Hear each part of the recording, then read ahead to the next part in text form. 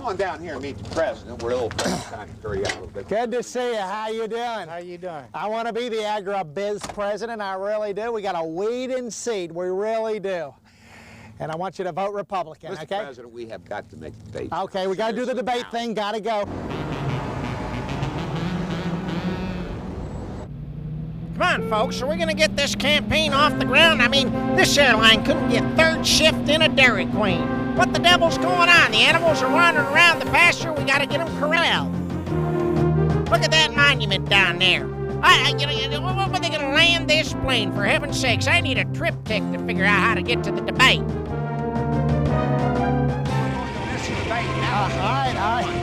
right, gotta do the debate thing. Let's go, let's do it. Funding made possible not by me, but by AVP Inc., by Bonnie Productions, and Limelight Communications. I don't make this stuff up, folks. From Washington, D.C., it's the Unofficial Debates with your host, Catherine Cryer. Hello and welcome to the Unofficial Debate. I'm your host, Catherine Cryer of CNN's Cryer & Company. I'm being paid exorbitant amounts of money to be here, and that's what professional means.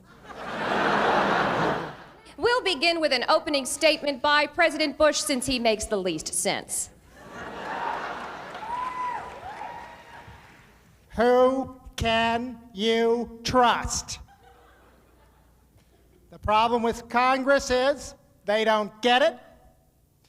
The problem with Ross Perot is he doesn't get it. And the problem with Bill Clinton is he gets it too much.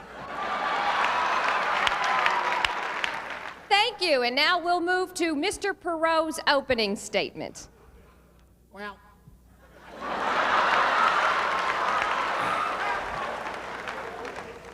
look, we gotta face facts, folks.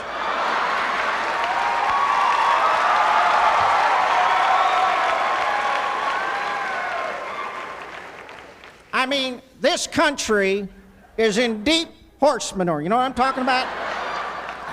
And I don't make any of this up. Now, I am here tonight because I am concerned for the future of our children, those precious little children. And I'm here tonight, but tomorrow night you can see me on ABC. The night after that I'll be on NBC. And I'm here because I'm concerned for the future of all Americans. And I'm also here tonight because Larry King won't return my phone calls anymore. Thank you. Now let's move to Governor Clinton's opening statement. My fellow Americans, this country needs a strong, hands-on leader, one who's not afraid to get down, work hard, and push for their agenda. And I promise you that if you elect me president, my wife Hillary will do just that. I know the American people desperately want change. I desperately want change. I want to get the hell out of Arkansas.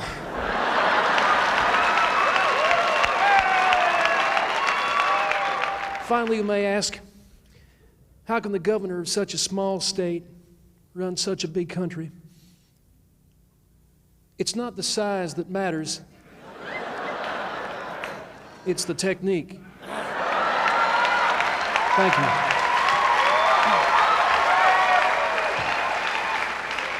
Now let's move to our questions. The first question is on the state of education in this country. President Bush?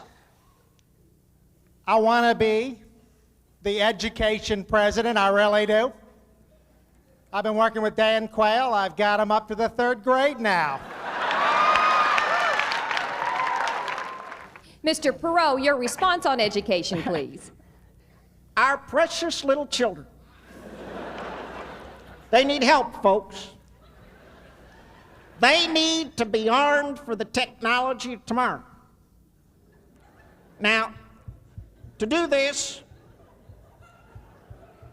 You know, I'm not making any of this up, folks.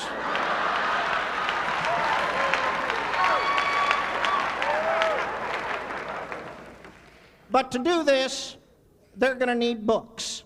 Well, fine. Let's put a tax on them. They're going to need computers. Then fine. Let's put a tax on it. Now, if somebody's got a better plan, I'm all ears. Tax and spend. All right, Governor Clinton, you claim your administration will make the environment a priority. Can you explain that? I believe that the environment is, I think, the most important thing we could talk about here tonight. What I like to do is turn down the lights low, put some Frank Sinatra music on, and open a good bottle of wine. Works like a charm. Mr. Perot, your comments, please, on environmental policy. Well, it's simple enough, isn't it? Y'all like to breathe, don't you? Well, we're going to put a tax on it.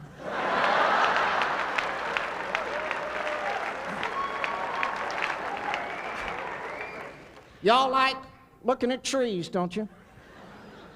Well, we're going to put a tax on the trees. Now, folks, I happen to know about the environment because I've been living in the ozone for the past 16 years. And we're going to put a tax on it. And President Bush, your response, please, on the environment. I want to be the environmental president. We're working, we're looking forward, we're trying to take care of these terrible things like this clubhouse effect.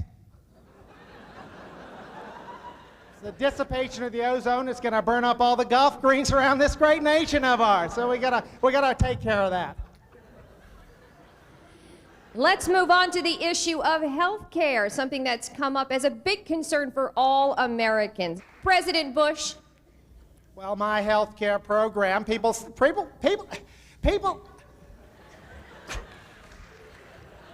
they criticize us. They say we don't have a health care program, but we do. It consists of 3 words. Does anybody know what they are? Don't get sick. That's right. And candidate number 3, same question. Look, folks, I mean, let's understand something. We can't get decent health care in this country. We need to find a place that we can all go that we can get decent health care that's affordable. Now, I'm not making this up, but I have found just such a place. We are all going to move down to Nicaragua where it costs $12.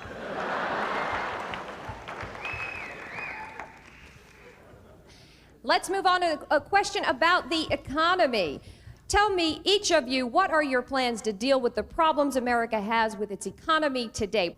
I don't believe in tax and spend. I believe in invest and grow.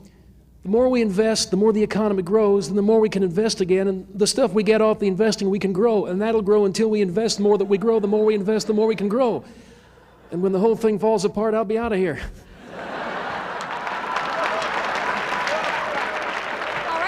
Question concerns military service. I want each of you to tell me, please, why you feel it is or is not a prerequisite for the presidency. Now, you see, I don't understand why this keeps coming up, okay? I mean, now, I was in the Navy. I got my dinghy wet, all right? I admit I've been kind of hazy on my military record because the truth is that I did inhale, and I don't even remember the late 60s, let alone what I did.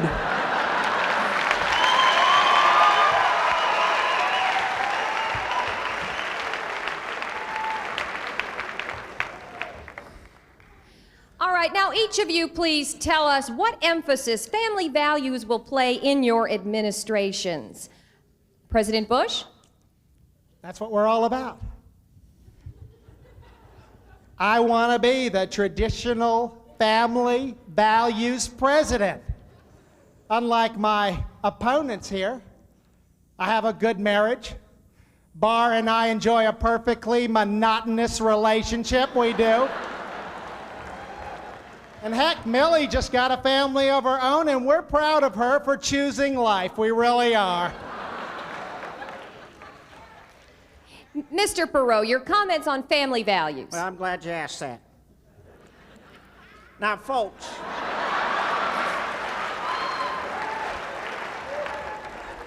see, you've got to understand family values. This man's family might be worth $1,500. This man's family over here might be worth $1,200. But I can guarantee you what my family is worth. None of my checks are ever going to bounce. That's real family value.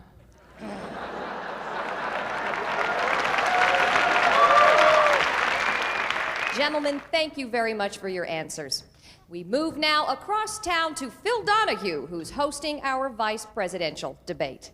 Make no mistake about it. This presidential election is about electing the president. Now, I am proud to be part of George Bush's incumbent administration. I'm a simple man. Simple values, simple family, simple wife, simple children. From Indiana, and I am proud to be a hoser. How true it is. And I am proud that I stick to my beliefs, no matter how wrong they are. I look forward tonight to this debate and to a serious destruction of the issues. Thank you. Thank you. Admiral Stockdale, sir, if you would. Thank you. Now? Go right ahead, Admiral. Make your point, sir. Yes, sir. Go ahead. You're on the air.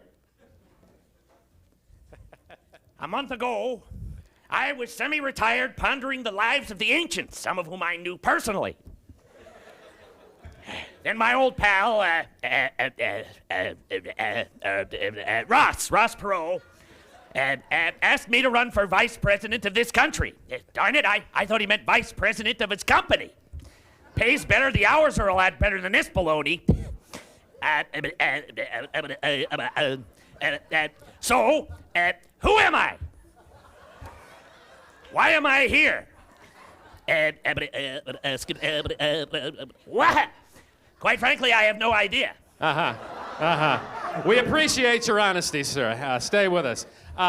Senator Gore, sir, if you please. Phil, it's great to be here in Washington where the Clinton-Gore administration will reside. Thank you, thank you. And it's also an honor to be here with you, Admiral Stockdale, who served in Vietnam, and with you, Dan, who didn't. Dan, I'll make you a deal tonight.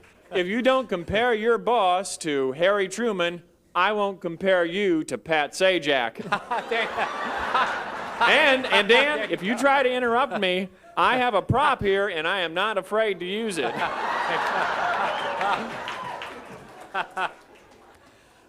America now needs more change.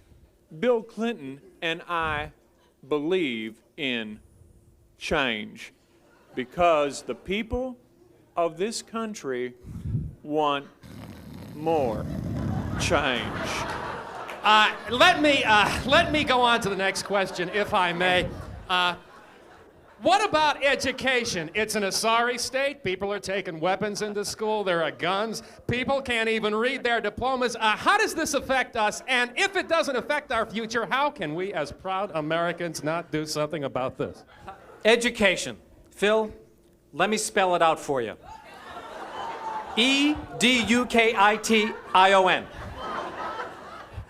I want to reintroduce school prayer into elementary schools. Because, you know, when I was in elementary school, I didn't have a prayer.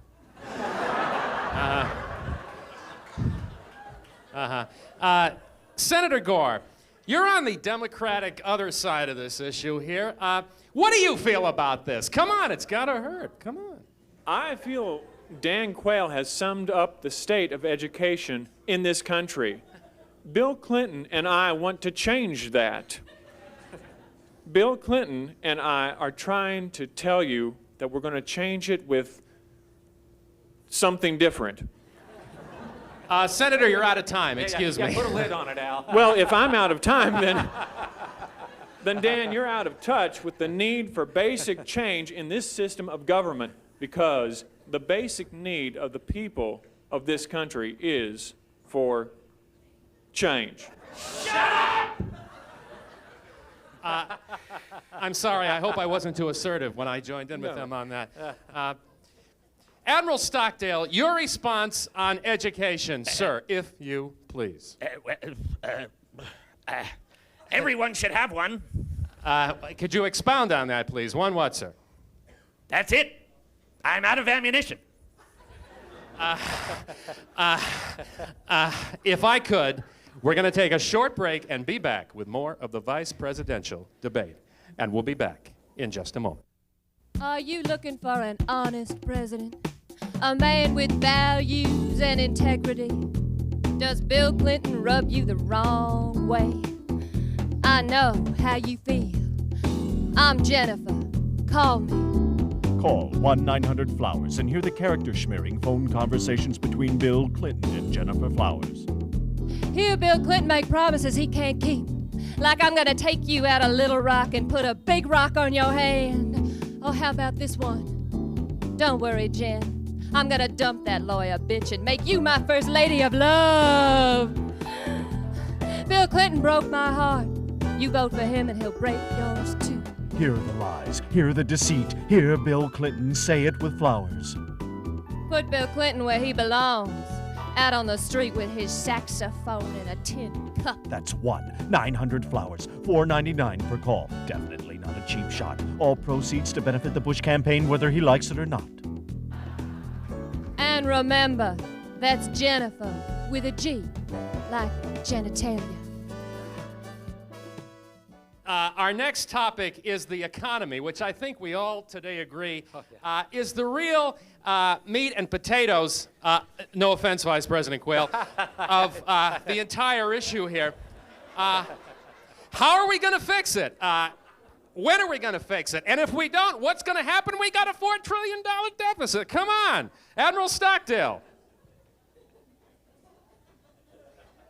Huh? What?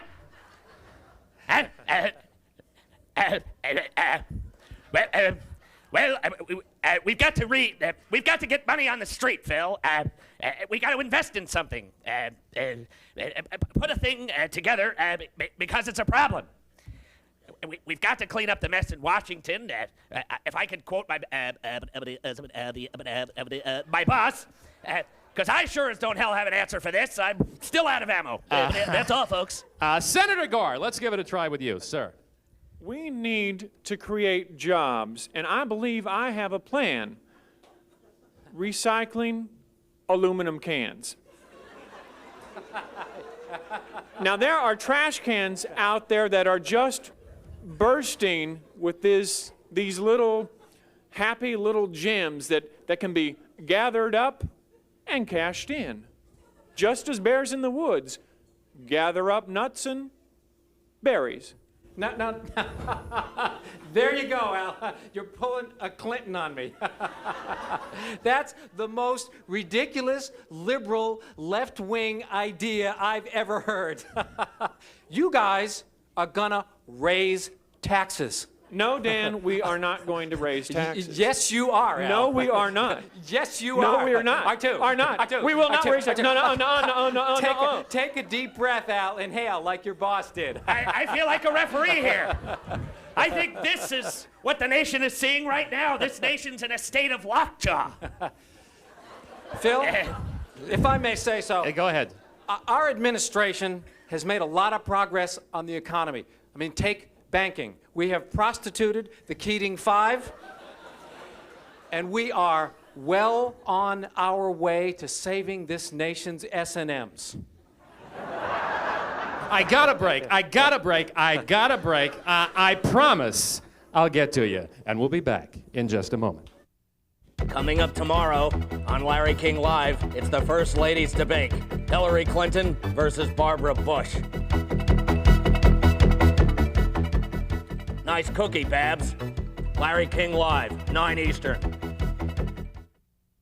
Let's change the subject to defense. Incoming! Sure you are. We appreciate, this audience appreciates, responds, and commends your enormous generosity, Admiral. What about defense? George Bush is taking responsibility for the Cold War ending. Didn't Gorbachev have anything to do with that? He's not mentioning him. What is a prudent defense? Do we go lighter? Do we go heavier? Where do we put it, and how do we get it there? Well, Phil, which one of your questions do you want me to answer first here?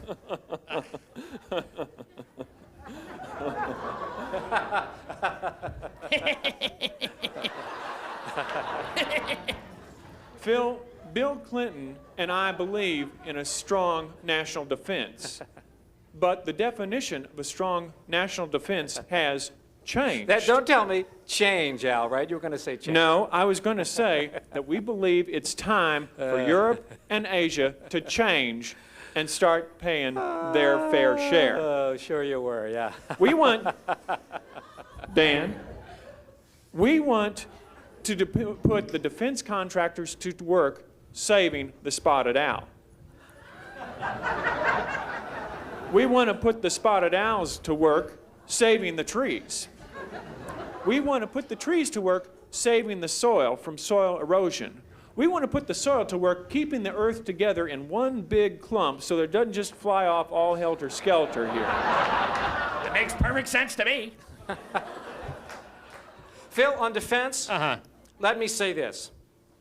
I served my country, unlike Bill Clinton, who dodged the draft. Well, Dan, you dodged Vietnam. Al, I served my country in the National Guard, and I want to continue to serve my country as vice president, just like I did in the National Guard on weekends. Our future in this country is in outer space. You know, I remember when Neil Armstrong and Buzz Lukens landed on the moon. And as president of the Space Council, I want to make sure in this last decade of the 19th century that I get even further out there. I think he's already there. We go to closing statements from each one of these candidates.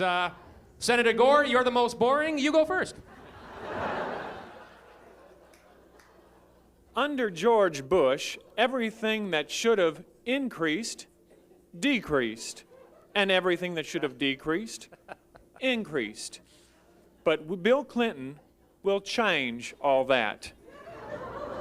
Bill Clinton will make sure that everything that should change will change. And everything that should stay the same will change too. Because Clinton and Gore believes in increased change and decreased no change. If people at home haven't changed the channel by now. Okay, Admiral Stockdale, sir, your closing statement. We got to let my buddy Ross Perot, we got to we've got to pull this thing together. Can't we all please get along? I'll tell you this. We got to clean out the barn. We got to get all the eggs hatched. Cut the eggs or hatch the world or blow up the barn. Whatever it is, we've got to do it now. Attention! 1, 2, 3, 4. 1, 2, 3. Vice President Quayle, sir, go right ahead.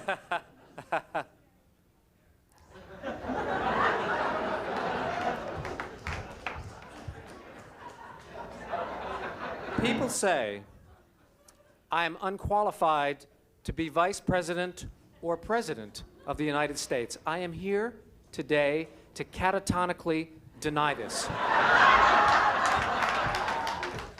This information is just a misconstruction from the liberal media elite and I deny it. Don't always believe what you really know. I want you to vote on November 3rd for George Bush and Dan Quayle. And in parting, I want to leave you with a quote from John Fitzgerald Kennedy. Ask not what you can do for your country. Ask what country. Thank you. Thank you very much to all our contestants here tonight. And thank you all for joining us on our last vice presidential debate. Which one do you think won the debate?